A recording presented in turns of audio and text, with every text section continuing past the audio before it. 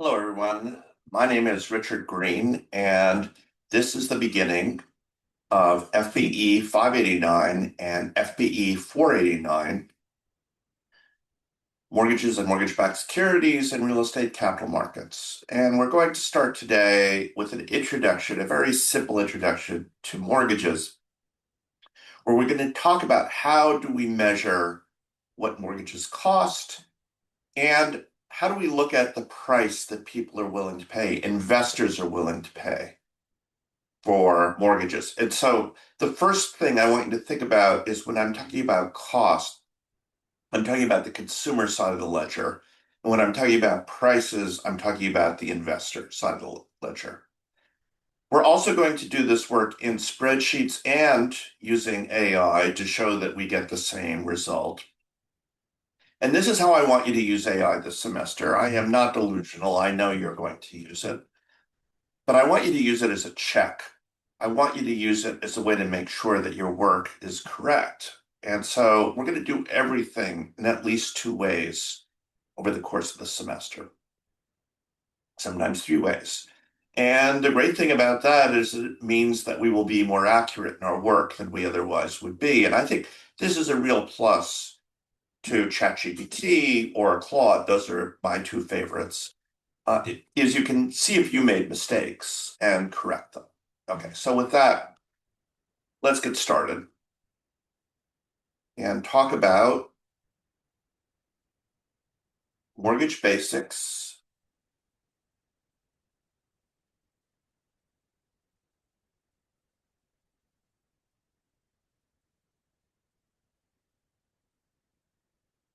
And here we go. Payments, costs, and prices. Okay, so let me start by suggesting that you do some reading. This reading is on Brightspace, so easy for you to get. It's an older reading, but it's really well done. It's very clear, explaining the mechanics of mortgages, and it's by Peter Caldwell, who was a legendary professor at the University of Illinois for many, many, many years, retired some years ago, and Carolyn Daring, a professor at Georgia who passed away at much too young an age. This is a terrific thing to look at, terrific reference for the years to come. Okay, so we're going to start by covering three things. Number one, how do you compute a mortgage payment? I think you probably all know how to do that, but we'll do it quickly again. How do you find the cost of a mortgage? And a regulatory definition of the cost of a mortgage is something called the annual percentage rate, or APR. And APR is okay, but it has a couple of problems with it. The first is it doesn't take into account monthly compounding. We're going to get into that. It does take into account some fees, but not all of them. So when we look at the real cost to a consumer of a mortgage, we need to think of expenses not included in APR, including compounding, appraisal, and title insurance. And then the other thing we're going to see is if people refinance their loans or if they sell their house and they pay off their mortgage earlier, then that true cost is not included in their APR. And then we'll talk briefly about what is the price of a mortgage. Why do people pay what they pay on the secondary market for a mortgage, which is going to be key to securitization, which is something that we will talk about later. So, computing a mortgage payment is very straightforward. We use the payment function. We get a mortgage balance. We get a quoted rate. We get an amortization period in years. We get prepayment period or payments periods per year. And we're going to assume that mortgage pays off, right? That's when we make a payment, we're going to assume that the mortgage lasts for the entire length of the mortgage. And so let's do a couple of things. So first of all, we're going to get out of the PowerPoint for a moment and let's go to stop share and let's go to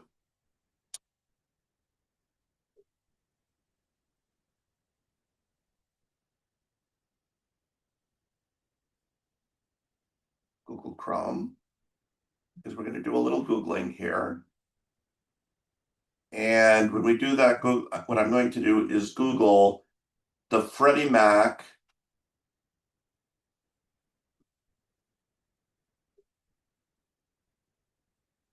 PMMS mortgage rate.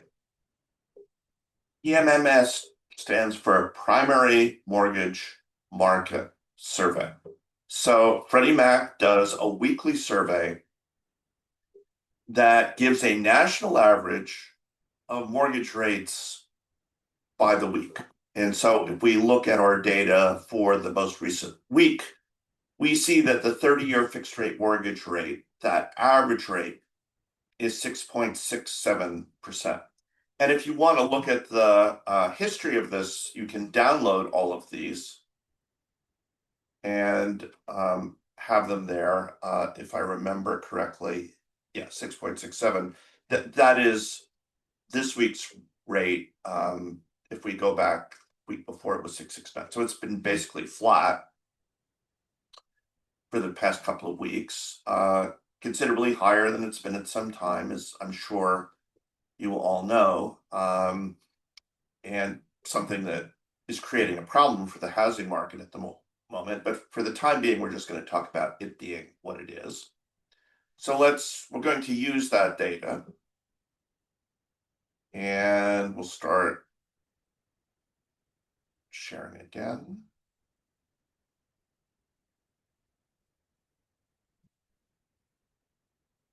And I'm going to go to a spreadsheet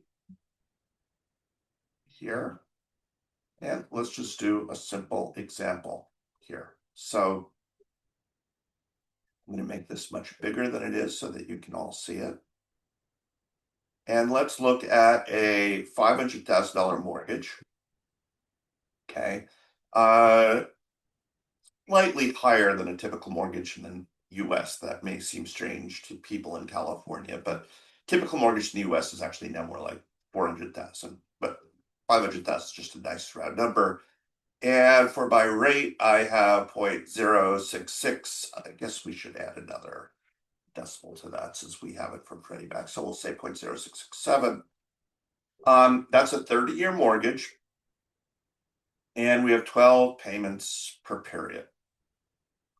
Okay, so this is the straightforward setup to this. And this formula is in the PowerPoint, so you can refer to it there. But this is how you compute a monthly mortgage payment.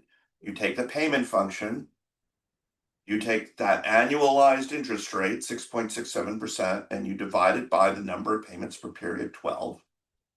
Get the total number of periods, 30 years times 12 periods per year. And then we put in the loan amount, 500,000, and our present value slot. And we get a monthly payment here of $3,216.45. Okay. Now, let's think about what this costs. So we're going to begin by talking about the definition of an APR. Again, all of this is in the PowerPoint, so you can review it there as well, but I'm not going to go back and forth between the spreadsheet and the PowerPoint. And so I get the definition of an APR, which is a regulatory definition. The idea is you want consumers to have a number that you can compare one mortgage with another, taking into account all the costs and fees, which we haven't gotten to yet. And so what we're going to do is we just use the rate function in Excel, and we look at, again, the number of periods that we have, which is 30 times 12.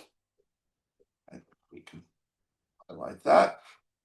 And we're going to look at our payment, the 3216, and we're going to look at that amount that we get up front that comes into us. And when you do that, you get a monthly IRR of 0.556%. To get the APR, we take that monthly IRR and multiply it by 12. And when we do that, because there are no upfront costs here, the rate is exactly the same as it was before, although I guess my formatting is a little different here, but I think you all get the idea. Okay, so that's all pretty trivial. Now, what if we have some upfront costs? Okay, so the two costs that go into an APR are points and fees. And a point is just a percentage of the loan amount that you are paying to the loan officer in order to compensate him or her or their company for doing the work of originating the loan. And or there may be fees, which is just a dollar amount. So I have both here. And here's what it does is instead of the present value, the payments that you make are based on this $500,000, but the amount of money that you actually get in is going to be reduced by 1%, right? 1 point. So that's $50,000. And that shows up in the formula. Okay. And then $2,000, which is just the fee. And so, of course, because you're making the same payments, but you're getting less money, in this case, $70,000 less, I'm sorry, $7,000 less money. What did I say before? Yeah, 5,000 is a point, 2,000 is the fees. So you're getting less money, so your cost is going to be higher. So we're going to use the rate function. We're going to take the number of periods again. We're going to take the payments again. But now we're going to take into account that we didn't get 500,000. In fact, we got 493,000. And when we take that into account, our new APR is 6.8%. Okay. Now, this is pretty good, but there are other costs. Like, you're probably going to have to pay for an appraisal. Could be the seller pays, but most likely you pay for the appraisal. Could be that you're going to need to pay title fees. Could be you're going to need to pay recording fees. Could be that you need to pay transfer taxes. Although, again, usually transfer taxes are paid by the seller, not the buyer.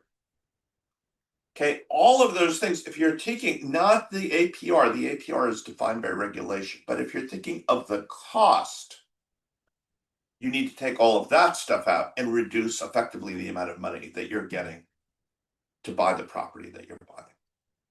Okay. The mechanics of that are pretty straightforward. You just subtract them from what we had before. Okay, but now let's go one step further and think about what happens if we refinance in 10 years or sell in 10 years. Okay, the problem is, remember we had the $7,000 expense before, and we were amortizing it over 30 years. So because of time value of money, this is not really the right way to do it, but you could think about, you're basically taking that $7,000 cost and divide it by 30, and it's like $200 a year.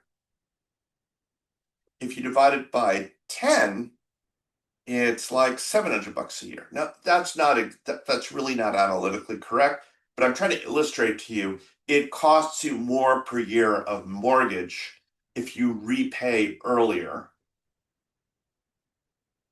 than it does if you pay later, these upfront costs. Okay, so from the standpoint of me, the borrower in this instance, I need to think about what does it really cost me if I think this loan is going to end in 2 years, by my choice, not by the lender's choice.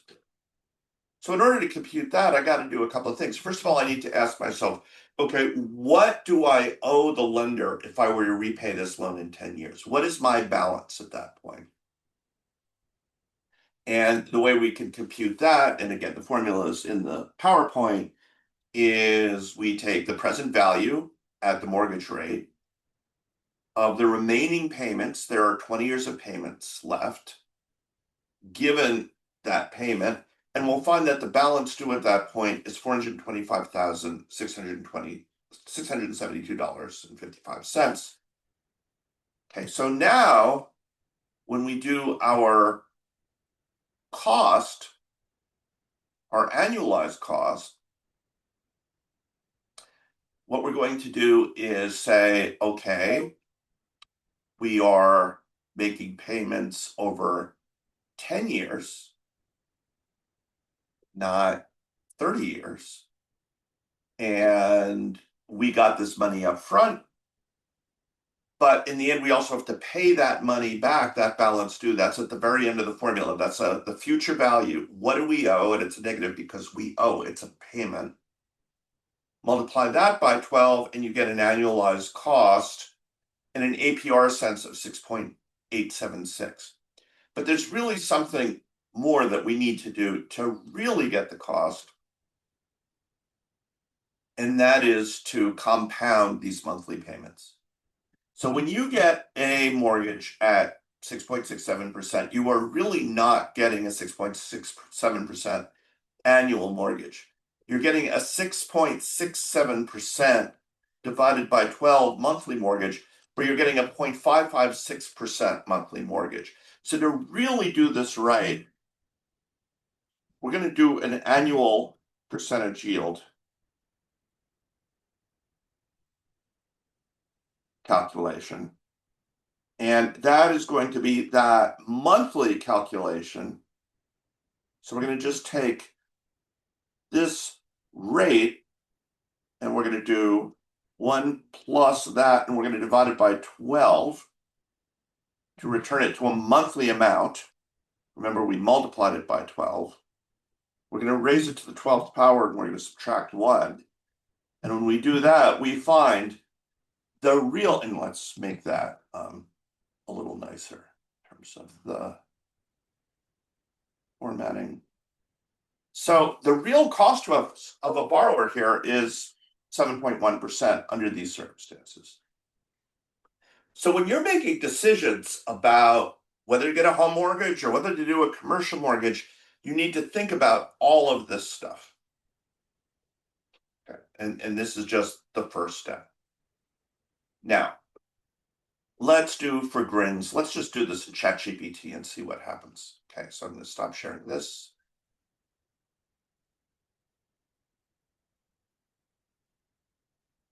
And let's share.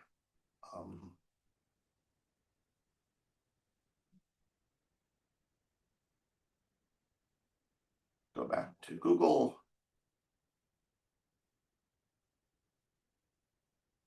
There we go. Let's go to ChatGPT and let's just work through all of this ChatGPT and see what happens. So I'm going to just start by saying, suppose I have a $500,000 mortgage.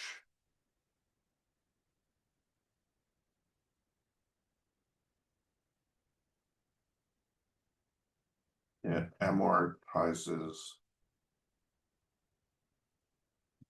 over 30 years. I'll do my typing. The rate is, okay, I'm going to do this too. Use the Freddie most recent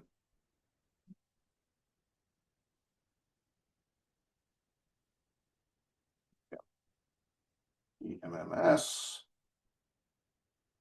and compute 30-year rate. And compute monthly payment.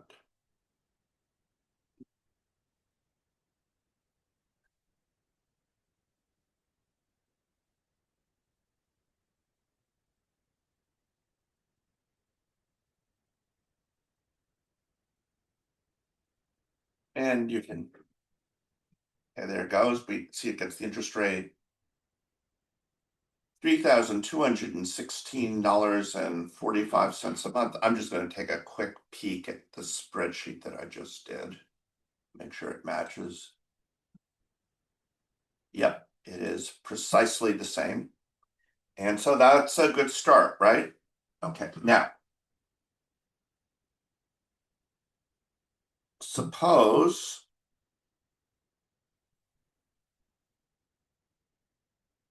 the lender charges 1 point and a $2,000 origination fee. What is the APR on this mortgage?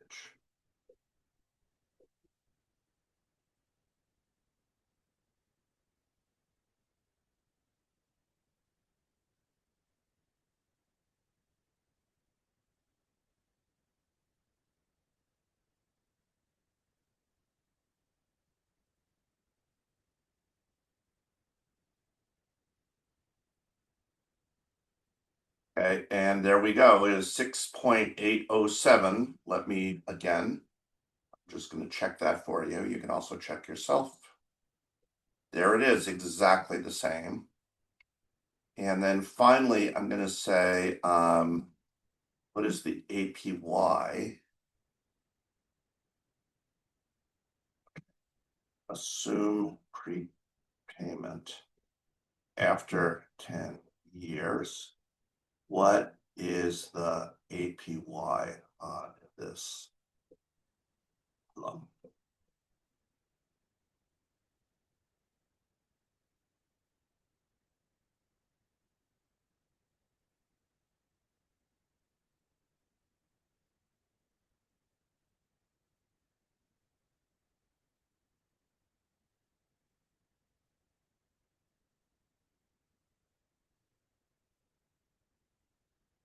7.097.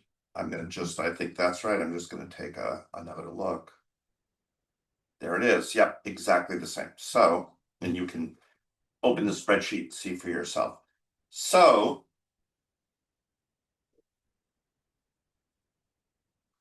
you could see that ChatGPT can do exactly what Excel does. So can Claude. The reason to do it in Excel is one is so that you actually understand what's going on. But using ChatGPT as or Claude, or actually others haven't impressed me that much. So let's just limit ourselves to ChatGPT and Claude. Make sure you're right. Make sure I'm right. You might find that AI disputes something I say to you over the course of the semester. Now, AI will not always be right. I'm going to, as we go through this semester, give some instances where Claude and AI disagree with each other, and we'll talk about why that is. And it's not that they are wrong, it's that they made an assumption that they shouldn't have made. I will warn you about something else too. Is when you do what I just did, which is asked ChatGPT to go find the Freddie Mac PMMS rate, it will almost always get that right because I was very specific in telling it where to get an interest rate. If you were to say to it, find me a 30-year rate, who knows what it would come up with? It might come up with PMMS, which is considered the gold standard for the current state of mortgage interest in the United States. But it won't necessarily do that. It might find some weird bank in Idaho somewhere that's offering mortgages for 5%, or some sleazy bank in Arkansas that's offering mortgages for 8.5%. I mean, that's where it gets you into trouble. But if you direct it very specifically to a source and then use it to provide that source for your data to do your calculations, it's actually very good. Okay, so last thing I want to talk about is, just go back to my PowerPoint. And again, we covered most of this in the spreadsheet, but the last thing I want you to talk about is the price of a loan. So take this $500,000 mortgage. The par value of that assumes every $100 is worth $100. So the par value, if it were priced at 100, you would sell the loan for $500,000. Okay. So why would a loan trade for more than $100? Well, one is to compensate the originator for their work. So Fannie Mae and Freddie Mac, we're going to talk about this, buy loans and securitize them. Commercial CMBS lenders buy loans and securitize them. People put a lot of work into underwriting these loans and packaging these loans, etc., and they need to be compensated.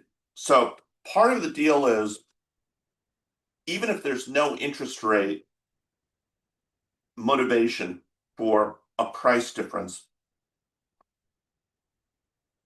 these guys are going to pay more for the loan than the outstanding loan balance. Okay, so let's say we're in a world where interest rates are still 6.67%, which means the present value of the cash flows of this loan are $500,000 by definition. The people who buy these loans are still going to spend a little more than $500,000 on them to compensate the originator for the work. We're going to talk more about that next week too, sort of who all the players are. But the other thing, of course, is if interest rates fall, then the present value of the remaining cash flows goes up, right? The discount rate falls, so the present value goes up. So here's what I want to leave you with as an exercise. Suppose Fannie buys the loan we just discussed at a price of 102. That is, oops, I should change this. Ignore this for a second.